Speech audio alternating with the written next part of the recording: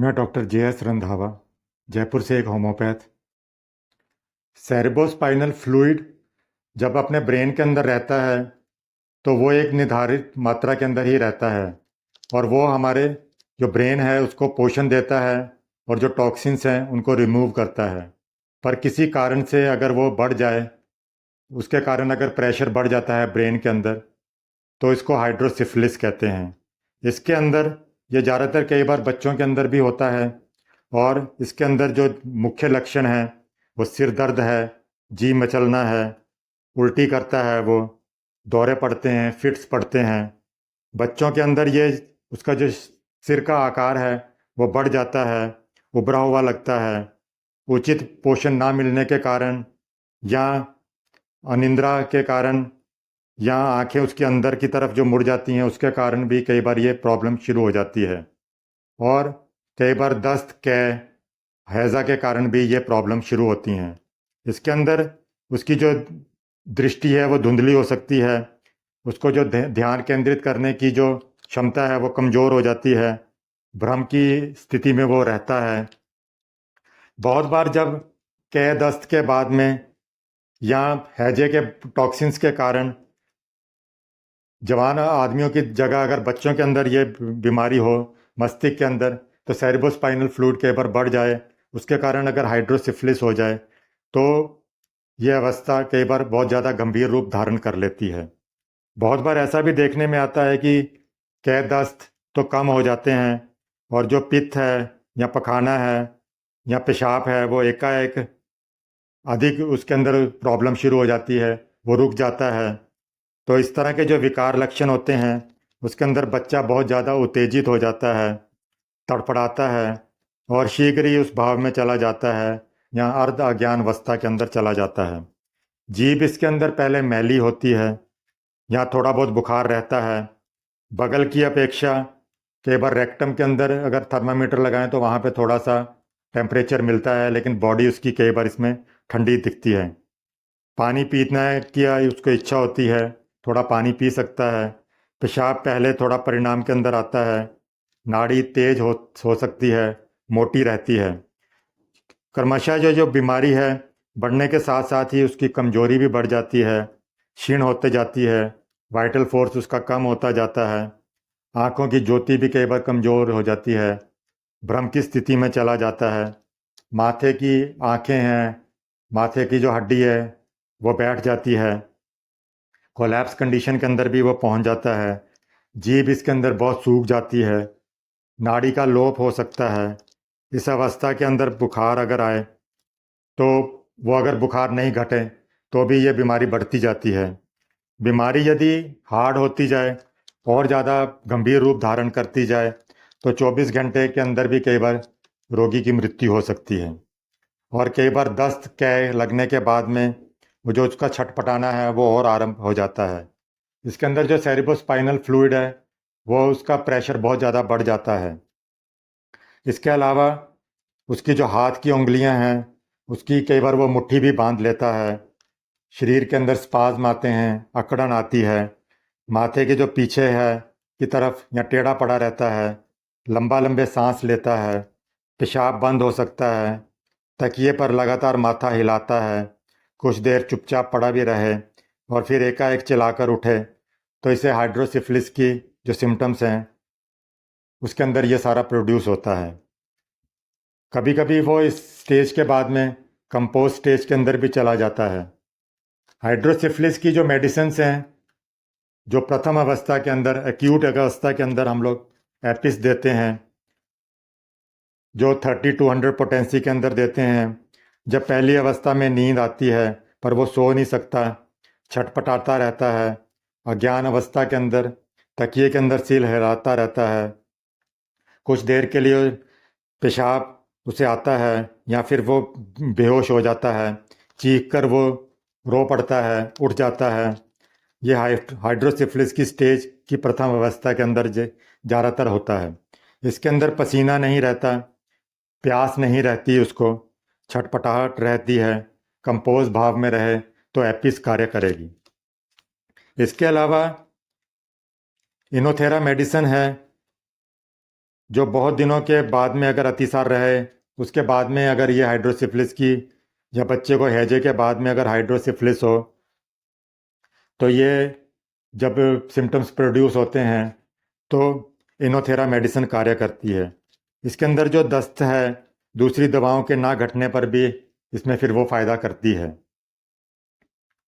कॉक्सीनेला medicine 30 के अंदर mother tincture के अंदर देते हैं, दांत निकलने के समय के अंदर, या दूसरी जो नर्वस सिस्टम की प्रॉब्लम्स हैं उसके अंदर ये बढ़ जाए, औंधाई आती हो और इस तरह के अगर लक्षण हो, वो स्थिर होकर सो नहीं सकता हो, तो कॉक्सीनेला मेडिसिन कार्य करेगी।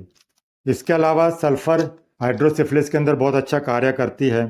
रोगी थोड़ा आरोग्य की ओर अगर अगर बढ़ता है और फिर एकाएक ही अगर उसके अंदर ये बीमारी आ जाती है, बच्चा बिल्कुल भी रोता नहीं है, उसके अंदर वो उसको नींद भी कम आती है, 1 मिनट के लिए भी वो स्थिर नहीं रहता, बहुत ज़्यादा छटपटाता है, बहुत ज़्यादा उसको प्यास लगती है, शरीर के अंदर बर्निंग दाह होता है, केवल ठंडी जगह ही वो खोजता रहता है, मिट्टी की तरह का, या मिट्टी के ऊपर भी कई बार वो सोने की कोशिश करता है, उसको भयानक रूप से वो रोता है, जिद करता है, बहुत ज़्यादा जिद्दी हो जाता है, किसी तरह से भी वो संभलता नहीं है, बहुत ज़्यादा छटपटाता है और इसके बाद में वो बेहोश हो जाता है। बेहोश होने पर पूरी तरह से उसका ज्ञान लोप तो नहीं होता है, पर कुछ कुछ ज्ञान उसको रहता है।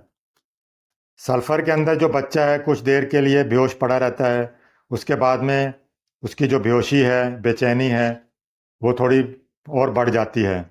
उस समय ऐसा मालूम होता है कि जैसे उसे कुछ अभी ज्ञान हो रहा हो। सल्फर का रोगी की जो पहले छटपटी है, उसके बाद में बेहोशी आती है। आंखें जो है वो पोडोफाइलम की तरह अंधमुंदी रहती हैं, पेशाब भी इसके अंदर बंद हो जाता है। एपिस के अंदर जो रोगी है वो पहले छटपटाता है, उसके बाद में कोमा के अंदर बेहोशी के अंदर चला जाता है। ओपियम के अंदर भी वो अज्ञान भाव में पड़ा रहता है, उसके साथ ही उसको बेचैनी भी आरंभ हो जाती है।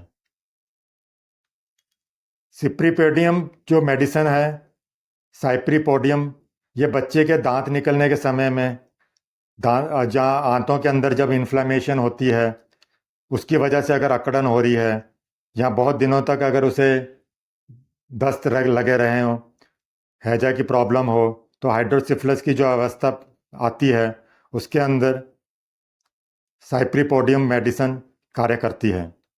पोडोफाइलियम मेडिसिन जो 30 to 100 के अंदर, जब उसकी अध खुली आंखें रहती हैं सोने के समय में भी, आंखों में रोशनी लगाने पर भी या उंगली देने पर भी वो बंद नहीं करता है, आंखें, पेशाब इसके अंदर बंद हो जाता है, बेहोशी रहती है, बीच बीच में वो चौंक कर उठता है, दांत निकलने के समय में भी ये बीमारी अधिक होती है। सीना 30 to 100 के अंदर, जब नाक के अंदर, कान के अंदर, उंगली के अंदर उसको खुजली हो, दर्द हो, और सीने के अंदर सोने के समय में वो दांत कड़कड़ाता हो और घूंट लेता हो, तो किसी तरह भी उसको जो दस्त है, कह है, वो आ जाता हो। रोगी इसके अंदर भी बहुत ज़्यादा उसका जब रोग बढ़ जाए तो सिना कार्य करती है। इसके अंदर उसके अंदर ये कृमि भी होते हैं, वॉर्म्स भी इसके अंदर होते हैं। बिल्कुल बेहोश नहीं रहता, पेट फूला हुआ रहता है, पखाना होने पर बार बार आता है पर अधिक नहीं होता है, प्यास इसमें लगती है, पानी का जो बर्तन है वो मुंह में जब उसको देते हैं तो वो पानी पी लेता है, पर अज्ञान भाव से इधर उधर देखता है और तकिए पर माथा हिलाता है, लगातार छटपटाता रहता है। हेलिबोरस सल्फर भी इसके अंदर कार्य करती है। पेशाब बंद होने पर अगर हाइड्रोसिफिलिस हो जाए, छटपटी रहे, बेचैनी रहे, बेहोशी के साथ में तकिए पर माथा इधर उधर करता है, सोया सोया चीख पड़ता है, तो ये कार्य करती हैं। एपिस के अंदर एक बार इस करवट, थोड़ी देर बाद दूसरी करवट बदलता रहता है, बार बार वो करवट बदलता रहता है। रस्टॉक्स के अंदर भी ये सारे जो करवट बदलने वाले सिम्टम्स हैं वो बहुत ज़्यादा अधिक रहते हैं। जलन के साथ में अगर छटपटी रहती है तो सल्फर कार्य करती है, फॉस्फोरस कार्य करती है, और हमेशा ही अगर कूथन हुआ करती है और वो बेचैन रहता है, बीच बीच में चिल्ला उठता है, सोने पर भी उठ जाता है, तो कार्बोलिक एसिड कार्य करेगी। माथा हिलाता रहे, सिर इधर उधर करता रहे, अज्ञान भाव में पड़ा रहे, हाथ पैर लगातार हिलाता रहे, दूसरी ओर के हाथ पैर स्थिर रहते हैं, एक तरफ के हिलाता रहे, तो हेलीबोरस कार्य करेगी। लगातार पैर फेंकता रहे, जिंकम मैट इसके अंदर कार्य करेगी। दोनों अंग अगर साथ में हिलाए तो काली ब्रोम कार्य करती है। पहले बेहोशी होकर अगर छटपटाता है तो ओपियम, दांत निकलने के समय में अगर बेचैनी है तो कॉक्सीनेटा कार्य करेगी। खाया हुआ पदार्थ दूध दही अगर कै हो जाता है, बार बार हरे रंग का एसिडिक अम्ल निकलता है, पेट में कुछ भी नहीं रहता, कुछ भी पीने पर दस्त हो जाते हैं, इस वजह से अगर तकलीफ है तो कूफिया काम करती है, कॉफिया। और लगातार रोता रहे तो कैमोमिला है। हाइड्रोसिफिलिस की जो बढ़ी हुई अवस्था है उसके अंदर हम लोग ओपियम देते हैं 30-100 के अंदर।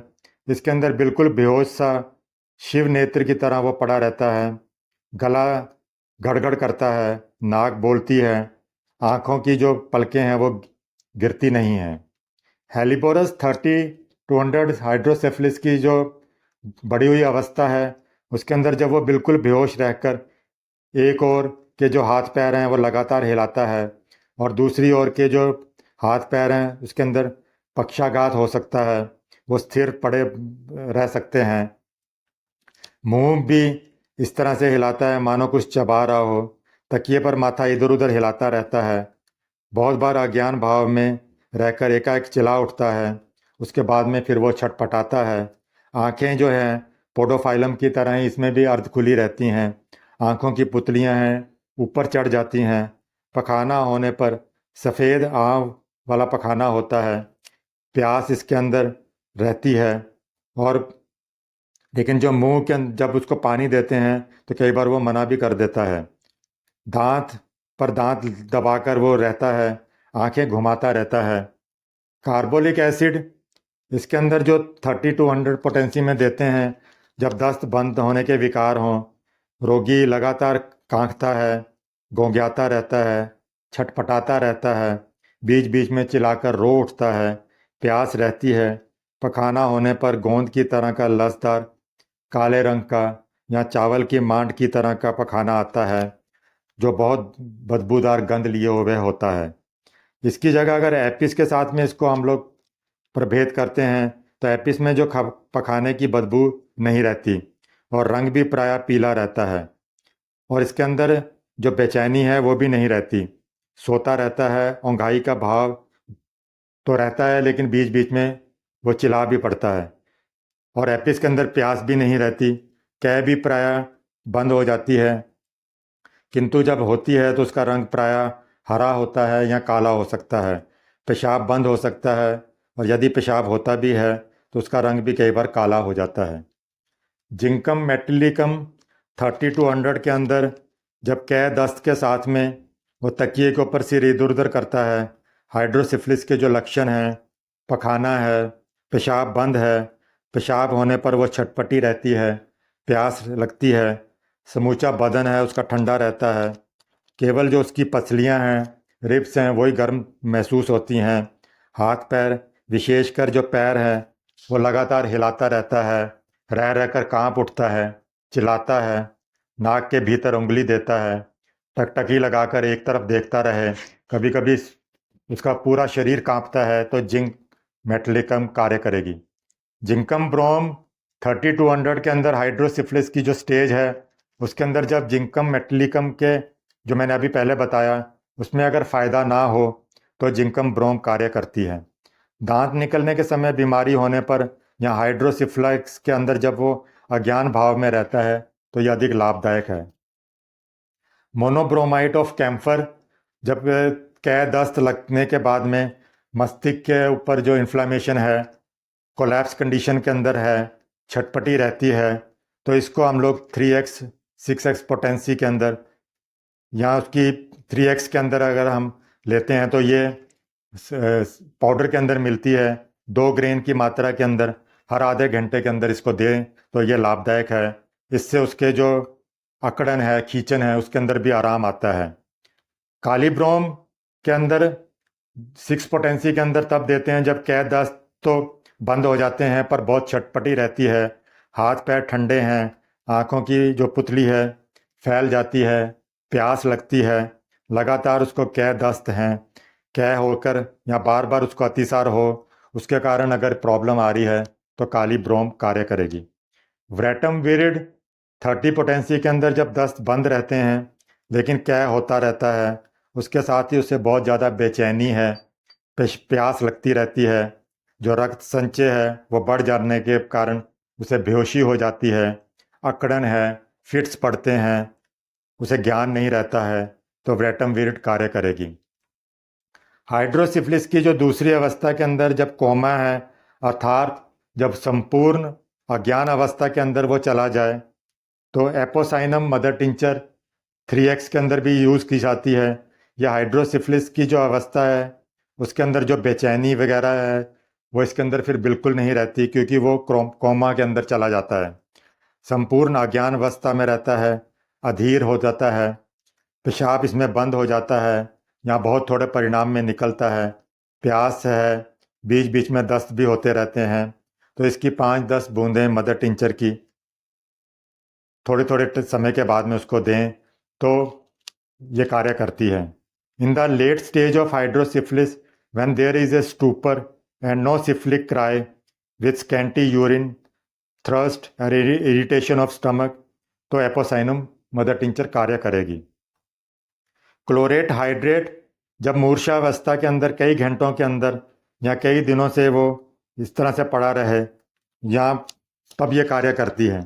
काली ब्रोम भी हम लोग उसको चूर्ण के अंदर भी दे सकते हैं, 3 से 5 ग्रेन के अंदर देते हैं जब हाथ पैर ठंडे हो जाएं, बेहोश अवस्था के अंदर रहता है, आँख की पुतली फैल जाती है। ओपियम 30-100 के अंदर भी जब उसको कोमा स्टेज के अंदर वो रहता है। नक्स मस्केटा 30-100 के अंदर जब वो निंद्रा के भाव में पड़ा रहता है, पेट फूला हुआ रहता है, जीभ भी बहुत ज़्यादा इसके अंदर सूख जाती है और प्यास तो भी नहीं रहती है। हेलीबोरस इसके अंदर जब मोह विकार जब उसके अंदर कोमा की स्टेज आ जाती है तो नाइट्रिक्स तब ये कार्य करती है। नाइट्रिक स्पिरिट डलनेस जब उसका जो चेतना लोप हो जाता है, बहुत तकलीफ के साथ में थोड़ा जाग जाता है और एक गिलास पानी के अंदर इसकी 10-12 बूंदें अगर मिलाकर दी जाएं तो नाइट्रिक स्पिरिट डलनेस कार्य करती है। लक्षण मिलने पर जो उसके जो कै है या दस्त वगैरह भी उसके अंदर भी उसके सिम्टोमेटिकली भी दवाइयाँ उसको दी जा सकती हैं। इसके अलावा हाइड्रोसिफिलिस के अंदर अगर उसको फिट्स आते हों, स्पाज्म आता हो, खींचन हो, अकड़न हो, अपेक्ष हो, उसके अंदर जो कुप्रम मैट है, एथूजा है, वो कार्य करती है। एथूजा इसके अंदर अगर लगातार कै दस्त होकर अकड़न आती है, खींचन आती है, अकड़न के साथ में वो अंगूठा या मुट्ठी भी भींच लेता है, ऊपर की ओर टकटकी लगाकर देखता है, मुंह से झाग निकलती है, दांत निकलने के समय में भी अगर अकड़न आती है, सोने पर हाथ पैर कांपते हैं, तो एथ्यूजा कार्य करती है। बीमारी जब जल्दी जल्दी बढ़ती है तो एपिस कार्य करेगी और धीरे धीरे बढ़ती है तो जिंकम और हेलिबोरस कार्य करती है। बीच बीच में सिर की ओर हाथ अगर वो उठाता है तो हेलिबोरस, एपिस, अगर वो चिल्लाता है तो हेलिबोरस, एपिस और जिंकम, माथा खुजलाता रहता है, सिर पर हाथ रखता है तो काली फौस कार्य करेगी। कपाल अगर उसका सिकुड़ जाता है तो स्ट्रेमोनियम चुपचाप पड़ा रहता है, हिलता डुलता नहीं है, तो एपोसाइनम दी जाती है। बहुत अगर उसको प्यास लगती है हाइड्रोसिफिलिस के अंदर तो एपोसाइनम है, वो कार्य करती है। कान के अंदर अगर जो पीप है वो बंद हो जाए, उसके कारण अगर उसको ये बीमारी हो तो मर्क्स देते हैं, स्ट्रेमोनियम देते हैं। खींचन के साथ में वो उंगलियां अगर अलग अलग करता है तो एपिस है। अंगूठा के साथ में अगर वो मुट्ठी भींच लेता है तो हेलिबोरस है। हाइड्रोसिफिलिस के अगर सिम्टम्स आते हैं तो इसके अंदर जो होम्योपैथी मेडिसिन्स हैं वो सिम्टोमेटिकली ही इस्तेमाल करें, बहुत ध्यान से उसका चयन करें, किसी योग्य होम्योपैथी चिकित्सक की सलाह पर ही दवा लें, या कई बार इसके अंदर हम लोगों को एलोपैथी मेडिसिन्स भी लेनी पड़ जाती हैं। जो भी हो उस हिसाब से ही आप लोग इसका चिकित्सा करें। Thanks for watching this video.